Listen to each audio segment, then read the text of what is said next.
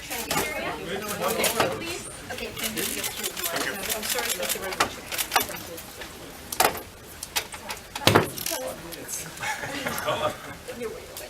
you. I will say a few words.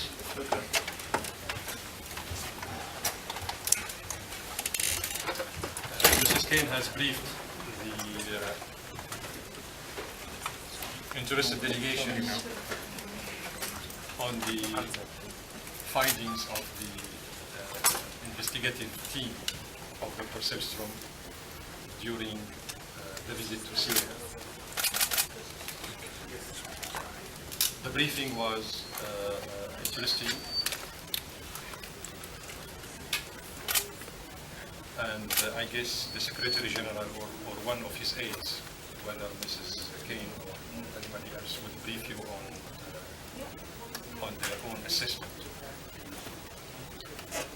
However, as far as the prevailing situation with regard Syria is concerned, I would like to share with you the following remarks. Number one, I urge the media to act fairly, objectively, without any biased agenda, and not to be part of this bellicose language and talks initiated by some of the influential American media. I'm saying this because the media might be one new type of the weapons of mass destruction if it conducts its business in the wrong way. Syria and the fate of thousands of the Syrian people are at stake because of these allegations, miscalculations, accusations. All of them are unfounded with regard to the use of the so-called chemical weapons. Senator Kerry came out recently, 3 days ago, to declare that what he called high confidence reports, intelligence reports,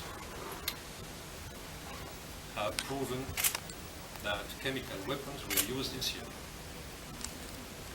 This disclosure is highly amazing because the Syrian government, in an official letter sent to the Secretary General, as well as to the members of the Security Council, on December the 18th, 2012, cautioned and warned the so-called international community against the possibility of seeing the armed groups possessing or supplied by chemical, poisonous substances by some governments working against the Syrian government in the area or outside of the area, and then these armed groups would use these chemical substances against the civilians and the military, and consequently accuse the Syrian government of doing so.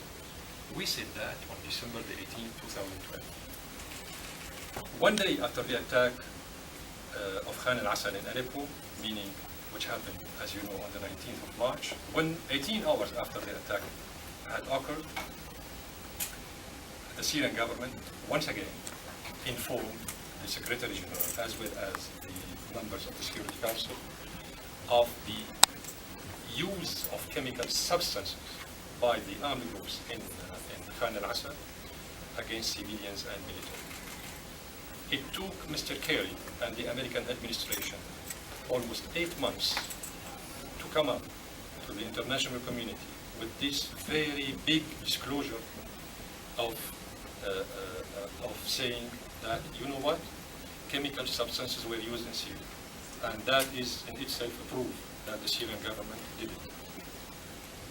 I wonder on which basis a great power intelligence such as the United Nations could act unilaterally speaking and could adopt such a grotesque language to attack a sovereign nation member of the United Nations such as Syria.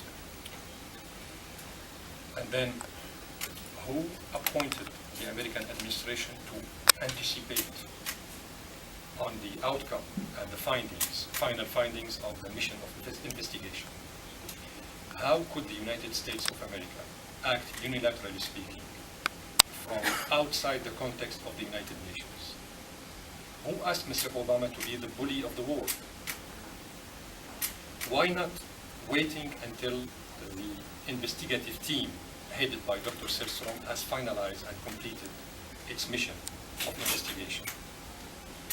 And then I'm sure you have all heard about many counter evidences produced and submitted by Russia, by other important reporters and journalists and intelligences on the fact that the armed groups in Khan al-Asal used the chemical substances. And the proof is that the day we concluded the agreement with Dr. Selstrom and the Secretary General Ban Ki-moon on sending the investigators to Khan al-Asal, the same day the armed groups and the terrorists of Al-Qaeda and Jabhat al-Nusra invaded Khan al-Asal again and slaughtered 300 people, military and civilians, of its own residents, because all of them were eyewitnesses of what happened in Khan al-Asal on March the 19th, 2013.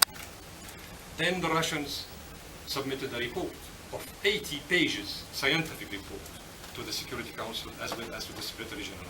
What happened to this report submitted 2 months ago? What happened to this report? 80 pages. The Russian reporter, Anastasia Popova, did the same. She was in Khan al-Asal the same day this appalling crime took place. And she made a reportage of her own. And she submitted these proofs and evidences to the Secretary General. What happened to her testimony? I'm sure you have heard 2 days ago about this extremely alarming article published by Mrs. Del Gavlak, the Associated Press correspondent in Amman, in Jordan. She is a reporter that has been in Amman, Jordan for 10 years, working for the American agency, the Associated Press. And she was covering the issue of Ghouta incidents, meaning the use of chemical substances in Ghouta on the 21st. She was covering the story from the opposition side, as she says. And she met with those who perpetrated the chemical the use of chemical substances in Ghouta on the 21st. She met with them and they told her that the Saudi intelligence, the so-called Prince Bandar, the head of the Saudi intelligence, provided them with these chemical substances and asked them to use it against the government. But you know what? According to her, not me, these guys are ignorant and they are not highly trained and qualified because they are amateur, they are not real fighters. They didn't know how to use it. They tried to catapult in a very rudimentary manner these chemical substances on the other side, the Syrian military side, but they failed, and the substances exploded into their own hands, and this is why we had this huge number of killings, all of them innocents, because we are talking about Syrian victims. Believe me, I'm a diplomat. I'm here to extinguish fires. I'm not here to be an arsonist and a fireman at the same time. I'm defending the fate of my own people. We are not warmongers. We are not here to defy the American arsenal. The American missile crews are blind. They are not smart. They will kill innocent civilians. The way they did it in Iraq in 1991 when they shelled Al-Amiriya civilian shelter and killed 500 kids and women. President Obama speaks about not changing the regime. He said that it will not be Afghanistan, it will not be Iraq. Who guarantees the day after? Who guarantees what will happen the day after? And what does it mean sending a couple hundreds cruise missiles and Tomahawk over the heads of the Syrian people? Would Obama save or revenge the fate of dozens of Syrian kids by killing thousands of them? It doesn't make sense. It doesn't make sense, neither politically nor militarily speaking. We need the American administrations to get involved, positively speaking. The role of the United States is very important in helping us, all of the Syrians, helping the Russians, helping al-Ibrahimi to have